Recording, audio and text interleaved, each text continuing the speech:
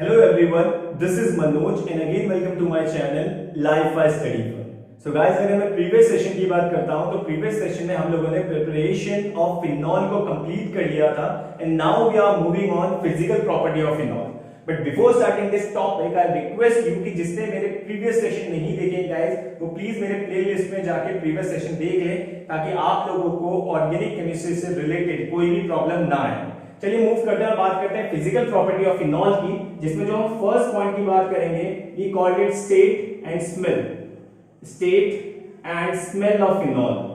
सो guys अगर मैं बात करता हूं स्टेट की बात करते हैं फिनॉल की, तो जो फिनॉल होता है वो कलरलेस या फिर आप कह सकते हैं white colourless white crystalline solid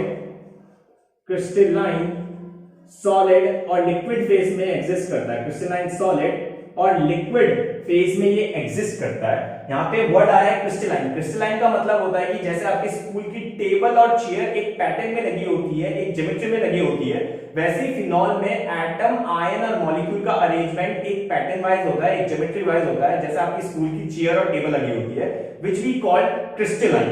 so guys आपका जो फिनॉल है वो कलरलेस क्रिस्टलाइन सॉलिड और लिक्विड होता है. But over a period of time आपका जो फिनॉल होता है वो पिंकिश कलर में कन्वर्ट हो जाता है. पिंकिश कलर में कन्वर्ट हो जाता है. ऐसा क्यों? Due to oxidation. ऐसा क्यों होता है?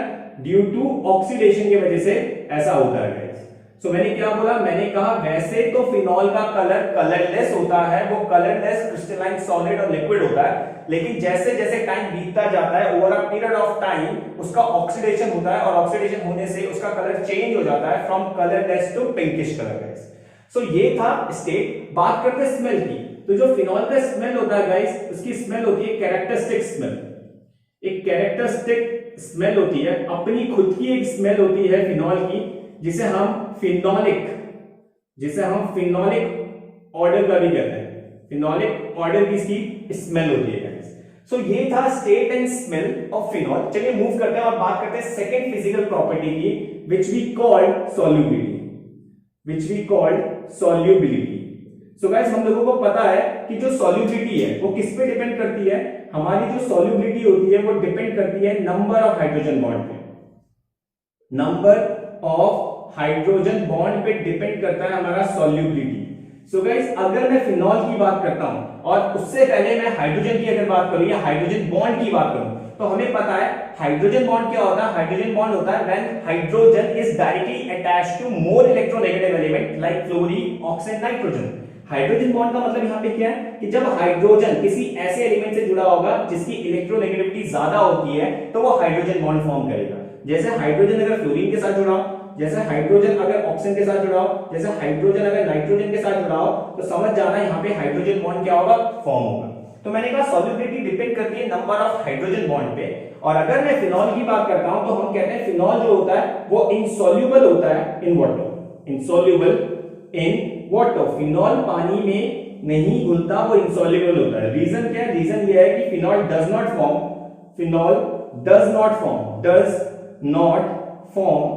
Intermolecular hydrogen bonding. Intermolecular hydrogen bonding with water. Hydrogen bonding with water. It means यहां पे क्या है? मैंने कहा अगर आप फिनॉल की बात करो तो फिनॉल पानी में घुलता ही नहीं है क्योंकि वो पानी के साथ इंटरमॉलिक्यूलर हाइड्रोजन बॉन्डिंग नहीं बना पाता है.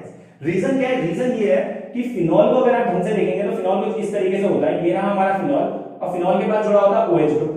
सही कह रहा? अगर आप फिनॉल के स्ट्रक्चर को देखते हो तो फिनॉल में ये जो ग्रुप दिख रहा है आपको, ये वाला ग्रुप, जिसे हम लोग क्या कहते हैं? Aryl group. क्या कहते हैं गाइस? एराइल ग्रुप कहा जाता है इसे, या फिर आप इसे फिनाइल ग्रुप कह सकते हैं, या फिर इसे बड़ा इंपॉर्टेंट वर्ड कहा जाता है, इसे कहा जाता है large hydrophobic group. Large hydrophobic group. So guys reason ये है कि फिनॉल के पास जो ये एराइल ग्रुप है इसका कैसा नेचर है? Non polar nature. कैसा नेचर है? नॉन पोलर नेचर है. और ये नॉन पोलर नेचर वाला एराइल ग्रुप क्या करता है? OH के पोलर नेचर को कम कर देता है, और जैसे जैसे OH का पोलर नेचर कम होगा वो वाटर के साथ इंटरमॉलिक्यूलर हाइड्रोजन बॉन्ड बना ही नहीं पाएगा.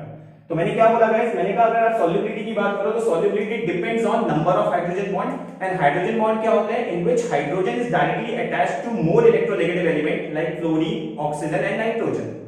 अब बात करते हैं फिनॉल की। फिनॉल पानी में इनसॉल्युबल होता है। The reason behind is it कि जो आपका फिनॉल है वो वाटर के साथ इंटरमॉलिक्यूलर हाइड्रोजन बॉन्डिंग नहीं बना पाता।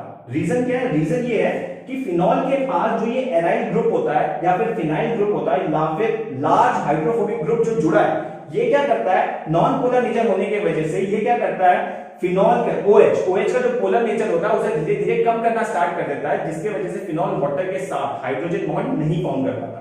तो हमें पता चल गया फिनॉल वाटर में इनसॉल्युबल है। तो कहां सॉल्युबल होगा, फिनॉल सॉल्युबल होगा ऑर्गेनिक सॉल्वेंट में। So phenol are soluble in, phenol are soluble in alcohol. कहां घुल जाता है, एल्कोहल में घुल जाता है, ईथर में सॉल्युबल होता है, या फिर आप कह सकते हो NaOH। इन सब चीजों में आपका फिनॉल क्या होता है, सॉल्युबल होता है, क्योंकि ये इनऑर्गेनिक सॉल्वेंट है गाइस। सो आई होप आपको दो फिजिकल प्रॉपर्टी अच्छे से समझ में आ गई होगी। चलिए मूव करते हैं और बात करते हैं सबसे इंपॉर्टेंट फिजिकल प्रॉपर्टी की, which we called boiling point. So guys move करते हैं थर्ड फिजिकल प्रॉपर्टी की, which we called boiling point. और गाइस हमें पता है कि जो बॉइलिंग पॉइंट होता है वो डिपेंड करता है नंबर ऑफ हाइड्रोजन बॉन्ड पे, नंबर ऑफ हाइड्रोजन बॉन्ड पे डिपेंड करता है, या फिर हम कह सकते हैं कि जो बॉइलिंग पॉइंट होता है वो डिपेंड करता है मॉलिक्यूलर मास पे।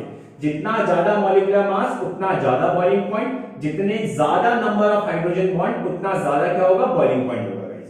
तो फिनॉल की अगर मैं बात करूं तो गाइस फिनॉल खुद के साथ जुड़ के इंटरमॉलिक्यूलर हाइड्रोजन बॉन्ड फॉर्म कर देता है। जैसे अगर मैं आपको दिखाऊं तो ये रहा आपका फिनॉल, ये रहा आपका फिनॉल O और ये रहा H।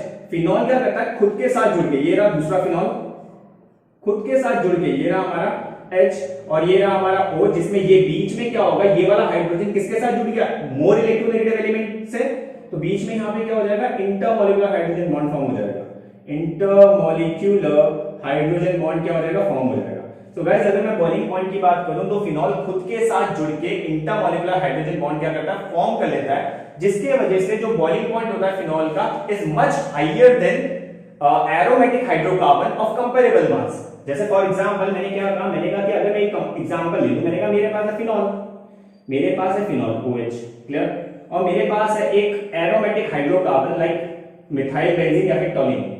ये रहा मेरे पास टॉलिन और मिथाइल बेंजीन। अगर मैं आपसे पूछूं कि बताइए दोनों में बॉइलिंग पॉइंट किसका ज्यादा होगा, तो दोनों में बॉइलिंग पॉइंट ज्यादा होगा फिनॉल का। रीजन क्या है, रीजन ये कि अगर आप फिनॉल को देखेंगे तो फिनॉल का क्या फॉर्म करता है, वो हाइड्रोजन बॉन्ड फॉर्म करता है, और जो हाइड्रोजन बॉन्ड फॉर्म करेगा उसका बॉइलिंग पॉइंट क्या होगा, ज्यादा। लेकिन वहीं पे अगर मैं बात करता हूं इन दोनों के मास की, तो आप देखेंगे दोनों का मास ऑलमोस्ट कंपेरेबल है। क्या बोला मैंने कहा इन दोनों का मास कैसा है, कंपेरेबल है, कंपेरेबल मास है। सो गाइस अगर आपको कोई ऐसा कंपाउंड मिलता है जिसमें कंपेरेबल मास है, तो आप वहां पे क्या चेक करोगे, नंबर ऑफ हाइड्रोजन बॉन्ड। तो फिनॉल का फिनॉल क्या करता है, हाइड्रोजन बॉन्ड फॉर्म करता है, जिसकी वजह से उसका बॉइलिंग पॉइंट ज्यादा होता है as compare to aromatic hydrocarbon having comparable masses. So guys ये कांसेप्ट था बॉइलिंग पॉइंट का, और हमने क्या पढ़ा, फिजिकल प्रॉपर्टी ऑफ फिनॉल पढ़ा। आई होप आपको तीनों समझ में आ गए होंगे। अगर समझ में आ गया तो please be connected with me, ताकि आगे आने वाली सीरीज में आपको कोई प्रॉब्लम ना हो। तब तक थैंक यू सो मच।